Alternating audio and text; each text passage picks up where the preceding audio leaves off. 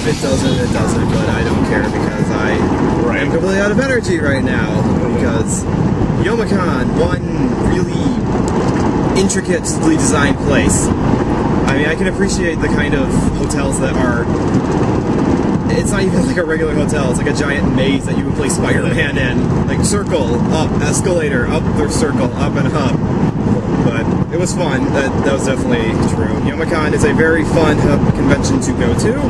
Never anything not to do, and it's very laid back. There's no obligation to go to panels and viewing rooms and stuff like that, because you can just do whatever you want. It would be nice if they had a bit more room for some of this stuff. Like, one thing I had a problem with, I've never had this problem before, but the dealer's room is a really... Sorry, whatever you say. Splat. I'll just hold it.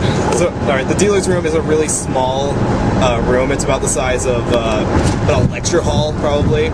And you got all these, like, 9,000 people trying to get in and out of it, so they have to have people... 3 anime dealers. There we go. That's another thing. Only 3 people with DVDs to sell. Everyone else was... I appreciate some of their stuff. Like, I'm sure there's a market for a Pocky table or belts and chains and whips and cosplay stuff like that.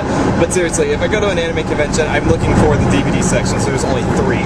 And to top it off, this room is so small that they have people at the front who are counting who's coming in, just so they can make sure people who are going out are balanced out so they don't go over capacity. So you could be staying in line for a while just waiting for more people to leave so you can get back in there. It's a little too tightly cramped. But I got some good stuff that I don't wish to grab right now because we are traveling at 70,000 miles an hour. But what did I get? 5, thank you. Oh, sorry, I know 75,000 miles an hour. Exactly. See, not that much. What did I get? I got the Ghost in the Shell movie, which I have not seen before, but I have been told that it is worth watching. So that will be fun to watch, I am sure. I kind of laughed at the DVD cover because it says, like, blends the most modern computer technology with hand-drawn cells. And I'm like, yes, I'm sure it was back in 1995.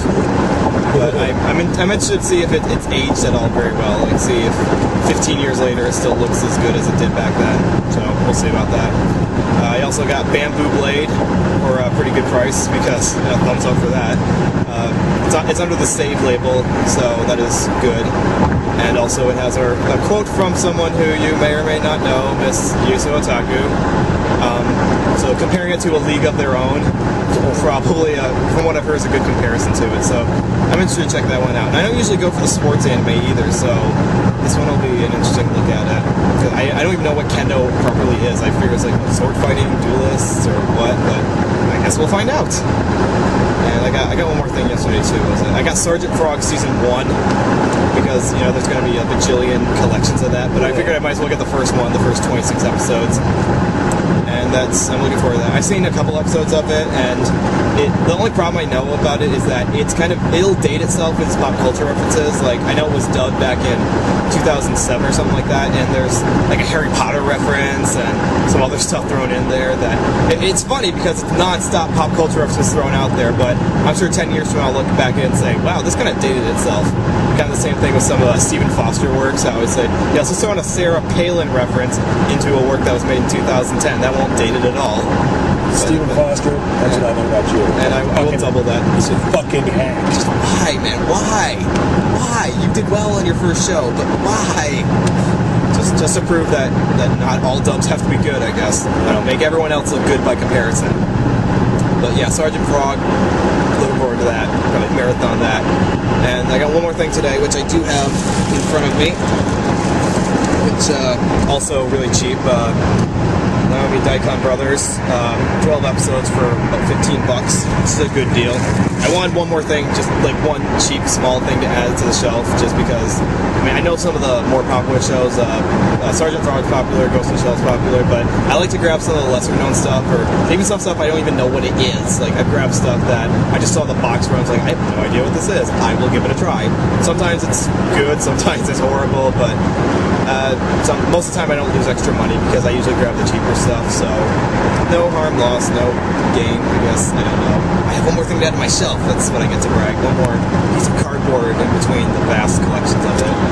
Not even a vast collection. I don't have that big of a collection. I'm going to the vast collection. This is the man who has more anime than God, unfortunately. No, fortunately for him.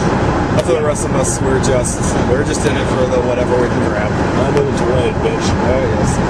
Owning anime is a contest. It is all about the gains, the profit. Not the profit.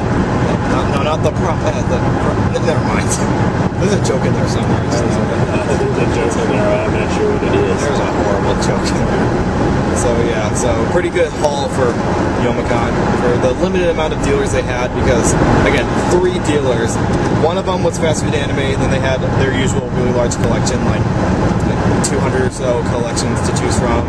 There was another smaller one that I think was Media Blasters that they had. Well, they had the porn, obviously. Purveyors of fine pornography. The very fine pornography indeed, very high quality hentai to offer. I assume I've never purchased that. Yeah, but they had that, and then they had their regular anime section, which is of course like a third the size of the porn section. But that was okay. And then they had one smaller one too, which I think was a personal dealer actually. And he had lots of out of print stuff and lots of single DVDs. I was tempted to get his Lane DVDs because he had discs 1, 3, and 4, but he didn't have the second one. And I really want to get Lane because it hasn't been redistributed. But I know that if I miss that second disc, I will be missing out, and I'll probably hunt for it, and it probably doesn't exist anymore. So if I really want to check it out, I'll probably just wait to see if anyone redistributes it. I'm looking at you, Funimation.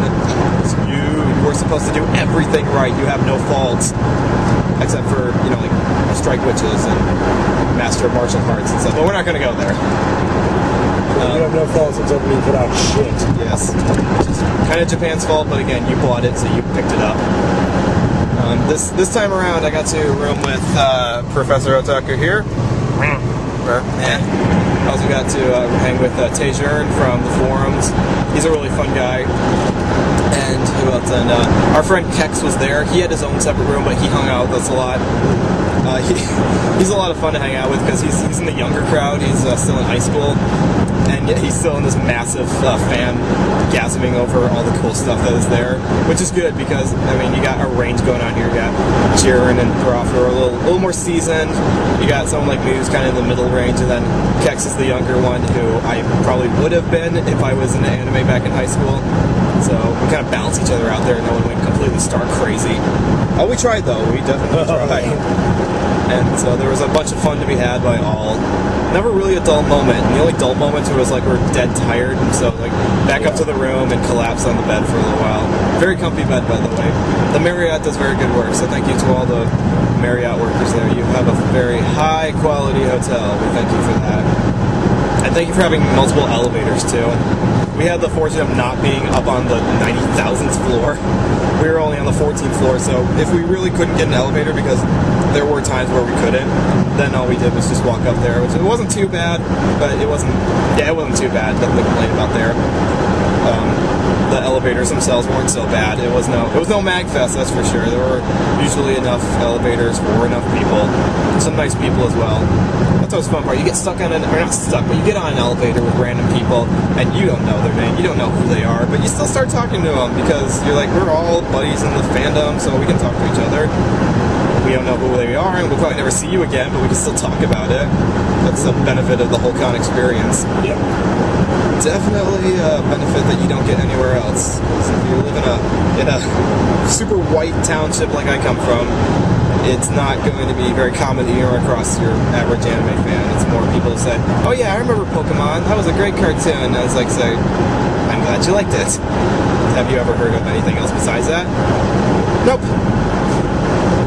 And then God said, let there be an internet. And there was.